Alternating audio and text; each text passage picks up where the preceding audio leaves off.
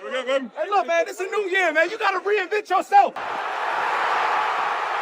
Hey, look, man, you got to reprove yourself, man. Establish your identity today, man. Yes. 60 seconds, man. 60 minutes, we got to establish who we want to be.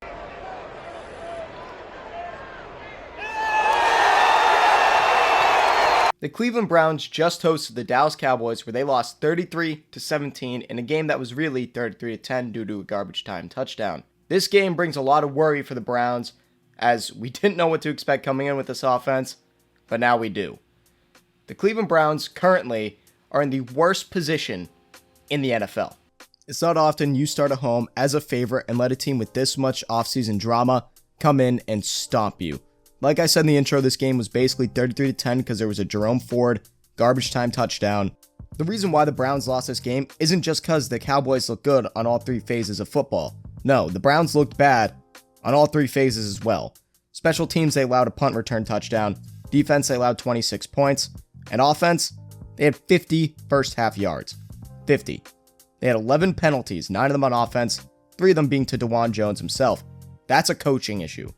They had 9 pre-snap penalties on offense. That cannot happen. For a team to win a football game, you cannot have 9 pre-snap penalties, especially one of them being a second-year offensive tackle. Now, the only reason DeJuan Jones was playing was because Jack Conklin and Jedrick Wills were both injured and not playing in this game. But still, you cannot have that many penalties on yourself as an offense as a whole. There's just bad coaching there. Now, Stefanski is a good coach, but clearly something is going on in Cleveland regarding all of this.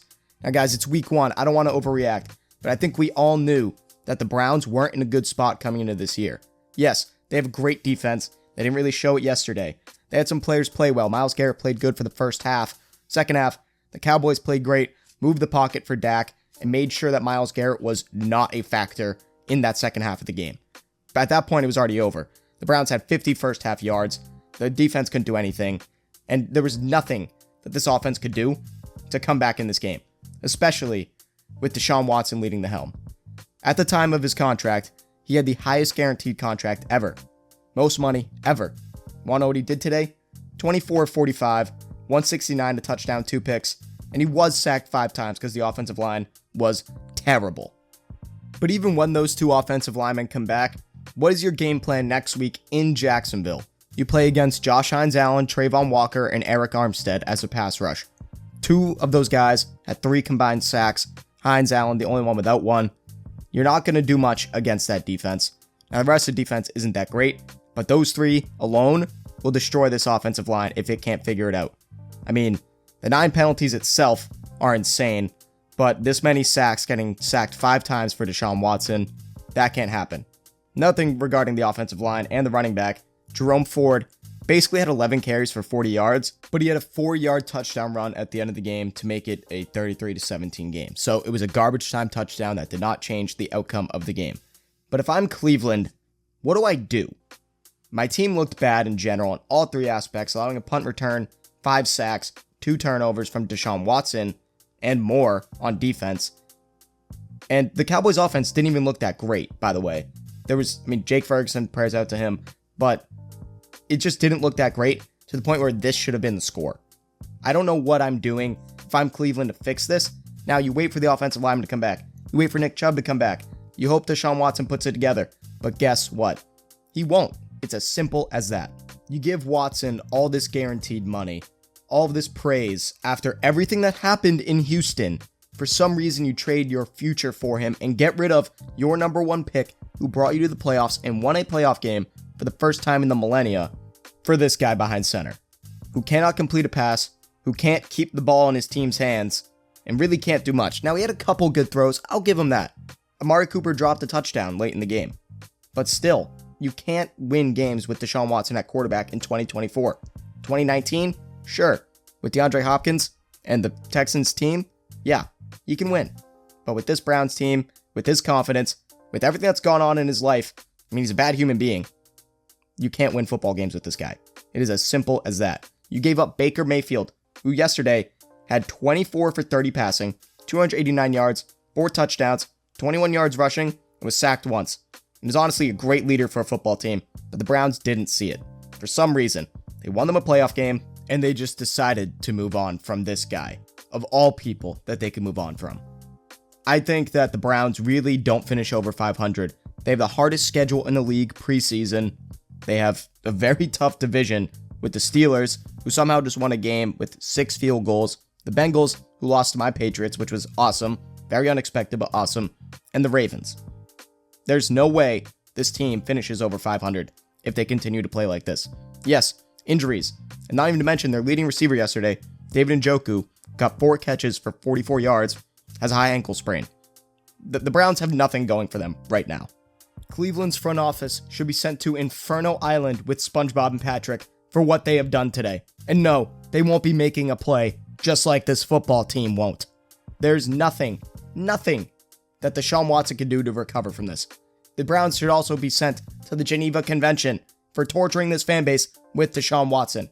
He can't do anything anymore. I don't know what happened to him physically. It has to be mental, kind of like the Carson Wentz situation. But my God, it is impossible to watch him play football. And guys, I know I'm harping in on Deshaun Watson. It's not just his fault. There is clearly a coaching issue here. Stefanski did not have the guys prepared. Nobody was prepared for this game. You can't have 11 total penalties and act like you're prepared. The Cowboys also had 11 penalties, let's not lie here, but Mike McCarthy we know isn't a good coach. But Stefanski is a former coach of the year. What do you do in this situation for Kevin Stefanski? I mean, he's not going to get fired. That's not what I'm saying at all. But what does he have to change as a coach to make this team play better next week in Jacksonville? You're on the road for the first time of the year. What are you going to do in Duval to stay away from Trevor Lawrence and Josh Hines-Allen destroying you in football? I don't know, honestly. You really just have to hope that the run game can pick it up, because we all know that Watson at best will have an average game. Throughout his time in Cleveland, he's had maybe 2 good games, and he's missed a lot of time. And injuries just seem to be the issue for this Browns team with the offensive line, David Njoku now, Nick Chubb, and all of that. But again, guys, I don't want to harp on Deshaun Watson too much because he's not the only issue. I really am, just because how can you like him? He's a bad human being. But the defense also didn't look great. The deep ball touchdown on the 7 route from Brandon Cooks was a blown coverage, and there's nothing that you can do if you're Cleveland in that situation. You just got to hope that there's better coverage, or maybe call a better defensive play call, but who knows?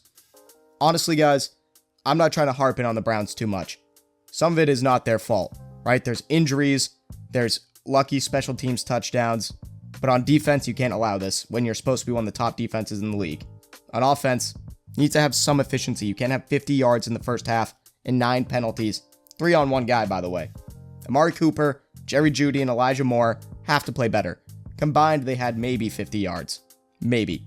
It was 16, 25, and 9. That's actually exactly 50. Wow. Good math. But you can't have that from your top receivers, especially Amari Cooper, being one of the best route runners in the NFL. He should be open. He did drop that touchdown.